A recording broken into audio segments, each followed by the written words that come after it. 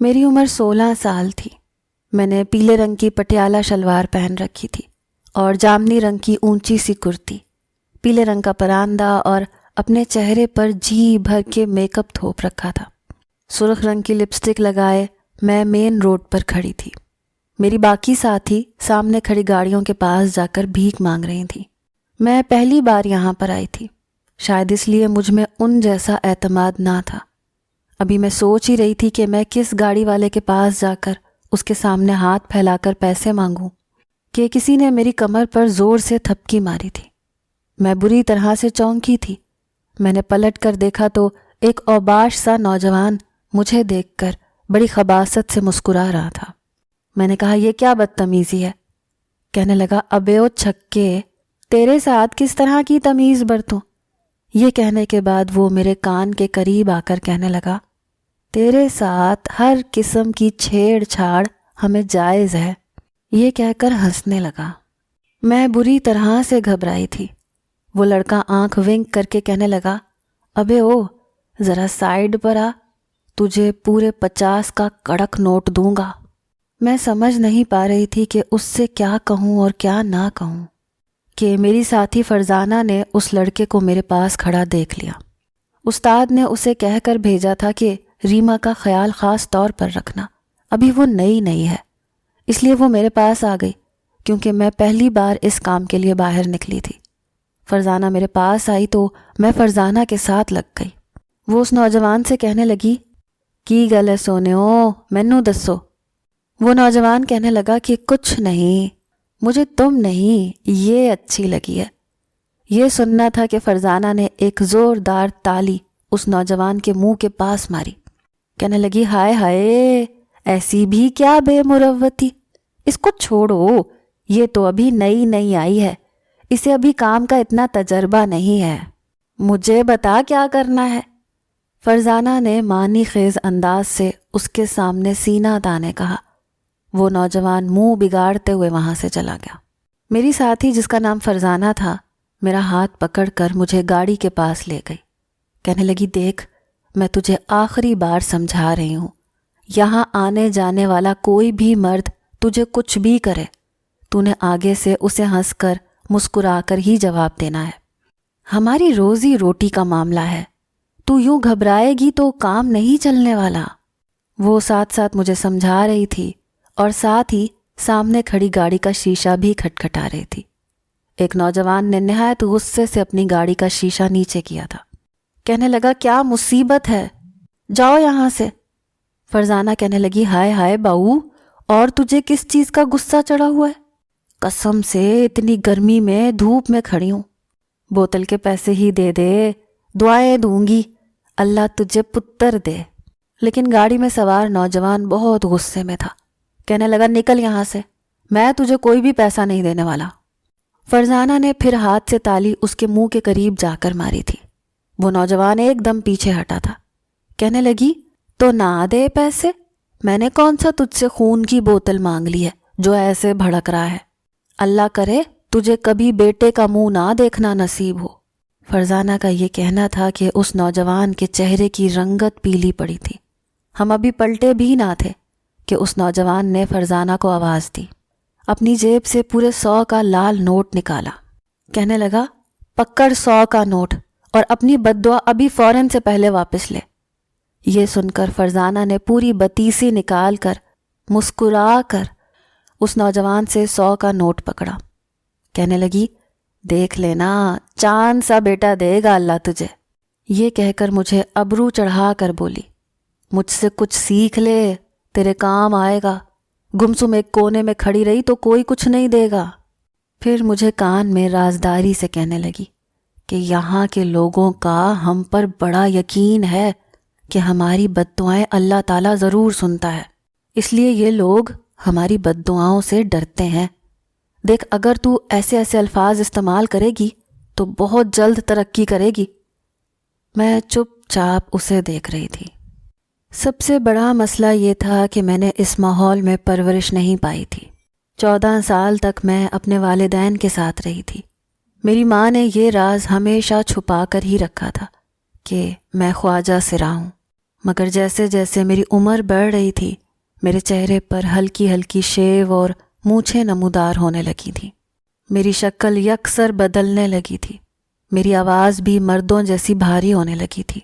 جب میرے اس راز کا پتہ میرے والد کو چلا تو وہ میری ماں پر بھڑکنے لگے، کہنے لگے کہ تو نے مجھے پہلے کیوں نہیں بتایا کہ یہ لڑکی نہیں خواجہ سرا ہے؟ دیکھ، میں اسے کبھی بھی اپنے پاس نہیں رکھوں گا۔ اگر بچپن میں تم نے مجھے بتا دیا ہوتا تو میں اسی وقت اسے انہی لوگوں کے حوالے کر دیتا جیسی یہ ہے۔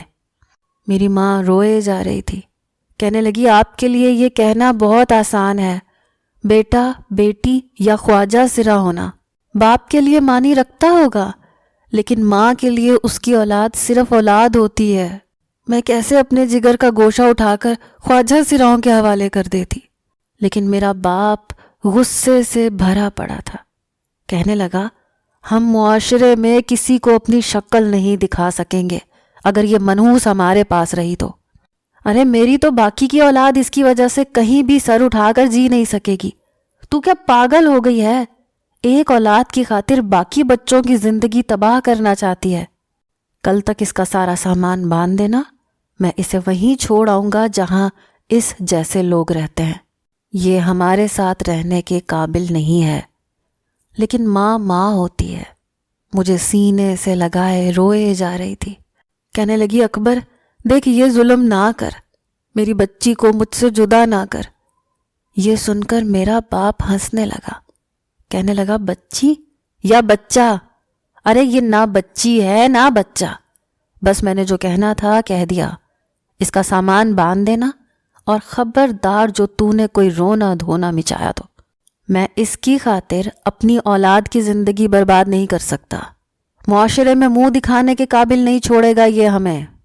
اس رات میری ماں سوئی نہیں تھی، مجھے سینے سے لگائے روئے جا رہی تھی، آنسو تو میرے بھی ٹپ ٹپ بہہ رہے تھے۔ آج تک میری ماں نے مجھے اپنی نظروں سے اوجھل نہیں کیا تھا، ہر وقت وہ مجھے اپنے ساتھ رکھتی تھی۔ میرے بہن بھائی اگر مجھے ڈانٹ دیتے یا مارتے تو میری ماں ان کے پیچھے پڑ جاتی، کسی کو کچھ بھی مجھے کہنے نہیں دیتی تھی۔ اور اب وہ رو رہی تھی۔ میں نے اپنی ماں کے دونوں ہاتھ پکڑ کر کہا، اماں اماں، ابا مجھے کہاں چھوڑنے جا رہا ہے؟ میرا تو اس میں کوئی قصور نہیں، تو بتا نا اماں، میں تیرے بغیر کیسے رہوں گی؟ میں تو تجھے چند گھنٹے نہ دیکھوں تو میرا دل بے چین ہونے لگتا ہے۔ میں بھی روئے جا رہی تھی، لیکن میری والدہ میرے لیے کچھ نہ کر سکی۔ اگلے روز میرا باپ ایک ہاتھ میں میرے سامان کا بیگ پکڑے، دوسرے ہاتھ میں میرا ہاتھ پکڑے مجھے گھر کی دہلیز سے باہر لے گیا۔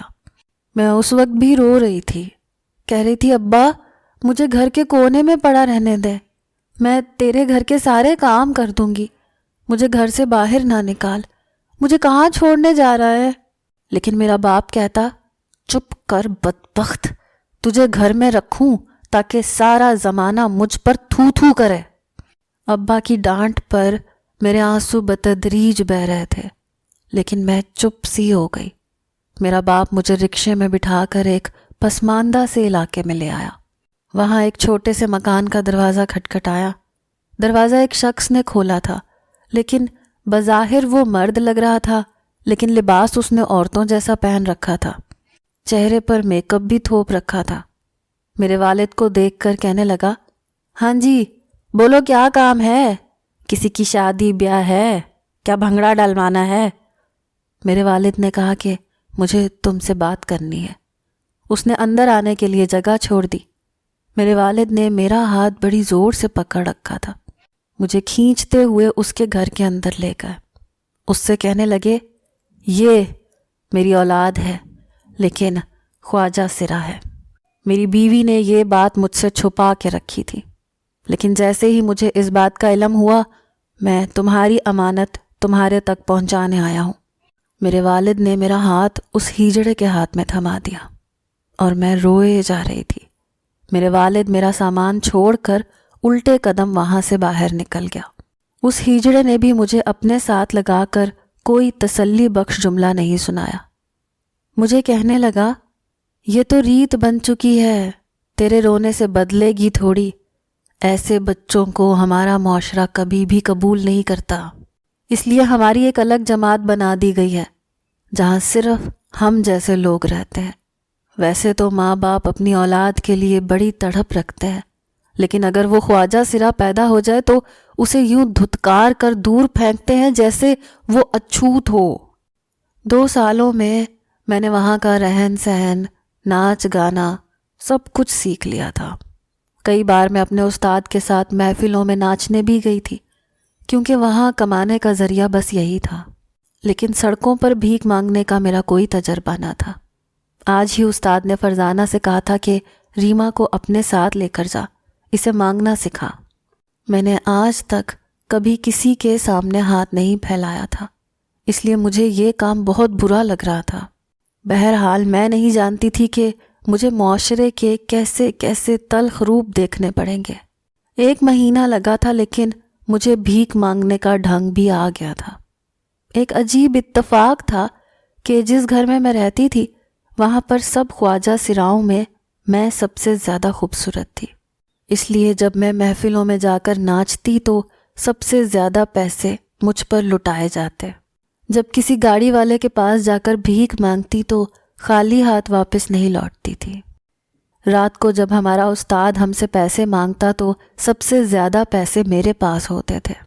مجھے نہ تو شادیوں میں ناچنے گانے پر اعتراض تھا، نہ ہی بھیک مانگنے پر، کیونکہ میں جان گئی تھی کہ ہم جیسے لوگوں کی کمائی کا ذریعہ بس ایک یہی ذریعہ ہے۔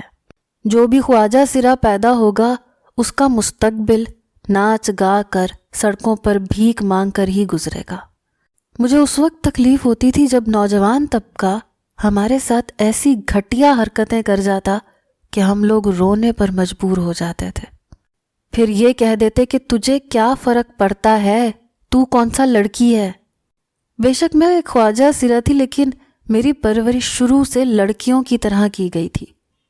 ایک بار میں ایک محفل میں ناچنے کے لیے گئی۔ وہ ایک بنگلہ تھا جہاں پر اس وقت منچلوں کا ہجوم زیادہ تھا۔ میں وہاں پر ناچ رہی تھی اور میری باقی کی ساتھی گا رہی تھیں۔ ناچنے میں میرا کوئی ثانی نہیں تھا، اس لیے استاد زیادہ تر مجھے ہی ایسی محفلوں میں لے کر جاتا تھا، یا پھر 1-2 خواجہ سرا کو لے جاتا جو کہ اچھا گانا گاتے تھے۔ جس بنگلے میں شادی کی تقریب پر میں ناچ رہی تھی وہاں پر منچلوں کے ہاتھوں میں شراب کے گلاس تھے۔ وہ شراب کے نشے میں دھت میرے قریب آنے لگے، میرے ساتھ گھٹیا قسم کی چھیڑ چھاڑ کرنے لگے۔ مجھے اس قدر غصہ آیا کہ میں نے لڑکوں کو اس سے پیچھے دھکیلنا شروع کر دیا، 1-2 کو تھپڑ بھی مار دیا۔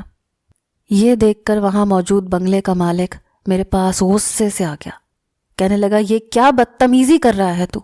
میں نے تجھے یہاں پر اپنے مہمانوں کا جی بہلانے کے لیے بلایا ہے یا مارنے کے لیے؟ میں نے کہا کہ یہ میرے ساتھ اوچھی حرکتیں کر رہے ہیں۔ میرا لہجہ بھی بلند ہو گیا، کیونکہ میں لڑکوں کی اس طرح کی ہراسمنٹ کی عادی نہ تھی۔ حالانکہ میرے باقی ساتھی خواجہ سرا اس طرح کی مذاق مستی اپنے وجود پر برداشت کر لیتی تھی۔ میرے بلند لہجے کو دیکھ کر میرا استاد بھی میرے پاس آ گیا۔ وہ سیٹھ کہنے لگا نکال اس ہجڑے کو میرے گھر سے باہر۔ استاد کہنے لگا کہ اس کی طرف سے میں معافی مانگ لیتا ہوں، لیکن وہ سیٹھ تو ماننے کو تیار ہی نہ تھا۔ پھر وہ اس شرط پر مانا کہ وہ نوجوان لڑکے جیسے چاہیں میرے ساتھ چھیڑ چھاڑ کر جائیں، میں انہیں روکوں ٹوکوں گا نہیں۔ یہ سن کر میں نے اپنے استاد کی طرف دیکھا تھا، شاید یہ میرے اختیار سے باہر تھا۔ میں یہ سب کچھ برداشت نہیں کر سکتی تھی، کیونکہ میں نے بچپن سے ایسی بدتمیزیاں خود کے ساتھ برداشت نہیں کی تھیں۔ مجھے کبھی کبھی لگتا تھا کہ میرے اندر ایک با حیا لڑکی چھپی بیٹھی ہے۔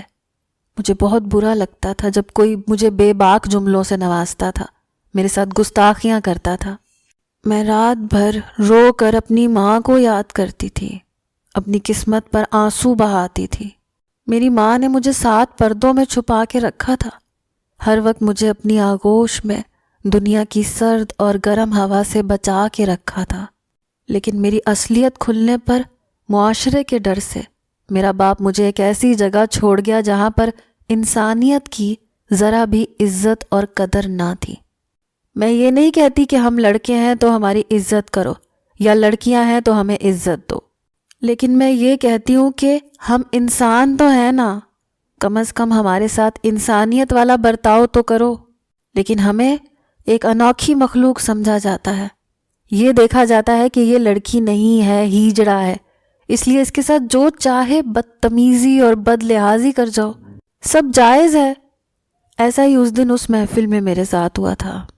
میرے استاد نے مجھ سے کہا کہ دیکھ ریما، اگر تم یہاں سے چلی گئی تو میرے سارے پیسے ڈوب جائیں گے، یہ مالک مجھے ایک پائی نہیں دے گا، اور اگر تم نے ان نوجوانوں کی گستاخیوں کو کچھ گھنٹے برداشت کر لیا تو تمہاری زور سے زیادہ تمہیں پیسے ملیں گے۔ میں نے اپنے مالک کو تعصب سے دیکھا تھا، جس کی نظر میں صرف پیسے کی اہمیت تھی، میری عزت کی نہیں۔ مگر صرف استاد ہی نہیں، باقی کی ساتھی بھی پیسے کی بھوکی تھی۔ جو انہیں 4 نوٹ دکھاتا وہ انہیں اپنے ساتھ چھیڑ چھاڑ کی کھلی اجازت دے دیتی۔ کئی بار تو لڑکوں کی گستاخیاں اس قدر بڑھی ہوتی کہ میں شرم سے نظریں جھکانے پر مجبور ہو جاتی۔ آج تک میرے ساتھ ایسا کچھ نہیں ہوا تھا۔ وجہ یہ تھی کہ میں صرف ناچنے پر توجہ دیتی تھی، اگر کوئی میرے قریب آتا تو میں پیچھے ہٹ جاتی تھی۔ لیکن اس بار میرے قریب آنے والے شراب کے نشے میں مدہوش نوجوان تھے۔ استاد نے جب مجھے پیسے کا لالچ دینا چاہا تو میں نے کہا کہ مجھے نہیں چاہیے ایسا پیسہ، لیکن میں یہ سب برداشت نہیں کر سکتی۔ تو میرا استاد مجھے غصے سے دیکھنے لگا، کہنے لگا ایسی تو عزت والی تھی تو اپنے باپ سے کہتی نا تجھے گھر پہ بٹھا کے رکھتا، ہمارے در پہ کیوں چھوڑ کے چلا گیا؟ دیکھ ریما، اگر تو نے آج کی محفل کو 4 چاند نہ لگائے تو یاد رکھ، ابھی تجھے دھکے دے کے نکال دوں گا اور پھر تجھے پناہ نہیں ملے گی کہیں بھی۔ یہ سن کر میں نے چپ سادھ لی۔ میرے استاد نے ڈھول والوں سے کہا کہ بجاؤ ڈھول۔ دوسرے ہیجڑوں کے ساتھ وہ بھی گانا گانے لگا، مجھ سے کہنے لگا کہ تو ناچ۔ اس بار میرے قدم میرا ساتھ نہیں دے رہے تھے، میری آنکھوں سے آنسو بہنے لگے۔ نوجوان میرے قریب آ کر ایک دائرہ سا بنا کر چاروں طرف گھومنے لگے، ساتھ ساتھ ان کی گستاخیاں میرے وجود کے ساتھ جاری تھیں۔ ایک نے میرے گلے سے میرا دوپٹہ اتار کے دور پھینکا تھا، یہ دیکھ کر وہاں کھڑے تماشائی ہنسنے لگے۔ دوسرا میری کمر پر ہاتھ پھیرنے لگا، تیسرا میری گردن پر انگلیاں چلانے لگا۔ مجھے لگا کہ جیسے میں کوئی انسانی گوشت پوشت کا بنا ہوا وجود نہیں ہوں، بلکہ کوئی کھلونا ہوں۔ یہ گستاخیاں میرے ساتھ بڑھتی چلی جا رہی تھیں۔ پھر تو یہ ہوا کہ چند لڑکے مجھے بازو سے پکڑ کر ایک کمرے میں لے کر جانے لگے۔ میں نے استاد کو اپنی مدد کے لیے پکارا تو استاد نظریں چھپا گیا۔ وہ سیٹھ ان نوجوانوں سے کہنے لگا، جا لے کر جا، اسے کمرے میں لے کر جا، خوب انجوائے کرو اس کے ساتھ، میں اس کے استاد کو منہ مانگی قیمت دوں گا۔ یہ سن کر تو میرا استاد بھول گیا کہ میں ایک انسان بھی ہوں۔ نوجوان مجھے کمرے میں لے گئے، میں چلانے لگی، اپنی مدد کے لیے پکارنے لگی، لیکن سب خاموش تھے، ہنس رہے تھے کہ دیکھو تو ہیجڑا ہو کر لڑکی کی طرح گھبرا رہا ہے۔ لڑکوں نے کمرے کا دروازہ بند کیا، میرے لباس کو تار تار کر دیا۔ میں جب اپنا آپ ان سے چھپانے لگتی تو وہ مجھ پر ہنسنے لگتے۔ میرے ساتھ جتنی بدتمیزی وہ کر سکتے تھے وہ کر رہے تھے، مذاق بھی اڑا رہے تھے۔ اس وقت میرا جی چاہا کہ زمین پھٹے اور میں اس کے اندر سما جاؤں۔ تنگ آ کر میں نے کہا، خدا کرے تم سب کے گھر میں ایک ایک ہیجڑا پیدا ہو، یا خدا کرے تم لوگ بھی ہیجڑے ہو جاؤ۔ یہ سننا تھا کہ ان لڑکوں کی ہنسی مذاق بند ہوا، لڑکوں کے ہاتھ کی گستاخیاں رک گئیں۔ وہاں پر بیڈ پر بچھی چادر ایک نوجوان نے میرے اوپر ڈال دی، میں نے خود کو لپیٹا۔ پھر وہ کہنے لگا، دیکھو ہمیں بد دعا مت دو۔ شاید میری بد دعا سے ان کی شراب کا نشہ بھی ٹوٹ چکا تھا، اس لیے وہ لوگ خاموشی سے ایک جگہ کھڑے ہو گئے۔ میں نے کہا کہ کیوں بد دعا نہ دوں؟ تم لوگوں کے گھر میں بھی اگر ہیجڑا پیدا ہو تو تم لوگوں کو احساس ہوگا کہ میں کس اذیت سے گزر رہی ہوں۔ میرا باپ بھی تمہاری طرح ایک مرد تھا، میری ماں بھی تمہاری بہن، بیویوں، بیٹیوں کی طرح ایک عورت تھی۔ میں تم لوگوں کے ذریعے سے ہی دنیا میں آئی ہوں، مجھے پیدا کرنے والی کوئی اور الگ مخلوق نہیں تھی۔ جو تم لوگوں نے ہمیں انسان سمجھنا ہی چھوڑ دیا۔ میں نے کہا تمہیں کیا لگتا ہے، کیا ہم لوگ مذاق ہیں، تمسخرے ہیں؟ نہیں، ہم لوگ بھی تم لوگوں کی طرح انسان ہیں، اپنے اندر ہر چیز کا احساس پوری شدت سے رکھتے ہیں۔ جیسے تم لوگ عزت کی زندگی جی رہے ہو، ہم لوگ بھی جینا چاہتے ہیں، لیکن تم لوگوں کے بنائے ہوئے معاشرے میں ہمیں ناچ گانے والا بنا کے رکھ دیا۔ یہ کہہ کر میں کمرے سے باہر نکل گئی۔ میں نے نفرت سے اپنے استاد کی طرف دیکھا جو اس سیٹ سے پیسے لے کر گن رہا تھا۔ میں فوراً سے اس بنگلے سے باہر نکل کر بھاگنے لگی۔ میرا دل چاہا ساری دنیا کو آگ لگا دوں یا یہاں سے کسی ایسی جگہ چلی جاؤں جہاں کوئی بھی مجھے پہچان نہ سکے۔ بھاگتے بھاگتے جب میں تھک گئی تو سڑک کے ایک کنارے پر بیٹھ گئی جہاں پر لوگوں کی آمد و رفت ذرا کم تھی۔ کافی اندھیرا چھا چکا تھا۔ میں سوچ چکی تھی کہ اب واپس استاد کے پاس نہیں جاؤں گی۔ میں وہیں فٹ پاتھ پر لیٹ گئی۔ تھکن سے چور ہو چکی تھی، رو رو کے ہلکان ہو چکی تھی، اس لیے کچھ ہی دیر میں میری آنکھ لگ گئی۔ میری آنکھ اس وقت کھلی جب مجھے اپنے وجود پر ایک بھاری وجود محسوس ہوا۔ ایک دم میری آنکھ کھلی تو ایک نشئی بالکل میرے برابر میں لیٹا ہوا تھا۔ میں اٹھنے لگی تو اس نے اپنی بوسیدہ سی چادر اوپر اوڑھ دی اور میرے منہ پر ہاتھ رکھ دیا۔ اس شخص نے اپنی ہوس کا نشانہ مجھے بنایا تھا۔ کون کہتا ہے کہ رات کی تاریکی میں سڑک پر سونے والی صرف عورتوں کی ہی عزت انسانی شکل میں بھوکے بھیڑیے برباد کرتے ہیں، کسی کتے کی طرح ہماری عزتوں کو نوچنے لگتے ہیں۔ انسانی نفسانی بھوک ایسی بری ہے کہ ہجڑے کو بھی نہیں چھوڑتی۔ میری آنکھوں سے آنسو ٹوٹ ٹوٹ کر گر رہے تھے۔ میں اپنے لیے موت کی دعا کر رہی تھی، لیکن موت بھی مجھ پر مہربان ہونے کے لیے تیار نہ تھی۔ صبح اٹھتے ہی میں ایک یتیم خانے میں چلی گئی کہ شاید مجھے وہاں پناہ مل جائے، لیکن پہلے تو وہ چوکیدار ہی مجھے یتیم خانے کے اندر جانے نہیں دے رہا تھا۔ کہنے لگا، ابے او ہیجڑے، تیرا یہاں کیا کام؟ میں نے کہا، یہ یتیم خانہ ہے، بے سہارا لوگوں کو یہاں سہارا دیا جاتا ہے، میں بھی بے سہارا ہوں، خدا کے لیے مجھے پناہ دے دو۔ میں نے چوکیدار کے سامنے بے بسی سے اپنے ہاتھ جوڑ کر منت کی تھی۔ شاید اسے مجھ پر ترس آ گیا، اس لیے مجھے اندر انچارج کے پاس لے گیا، لیکن وہ انچارج مجھے دیکھ کر کہنے لگی کہ یہاں بے سہارا عورتوں کو رکھا جاتا ہے یا پھر لاوارث مردوں کو، ہیجڑوں کا کیا ہے؟ تم لوگ تو فٹ پاتھ پر اور سڑکوں پر بھی رہ سکتے ہو، تمہیں گھر کی کیا ضرورت ہے؟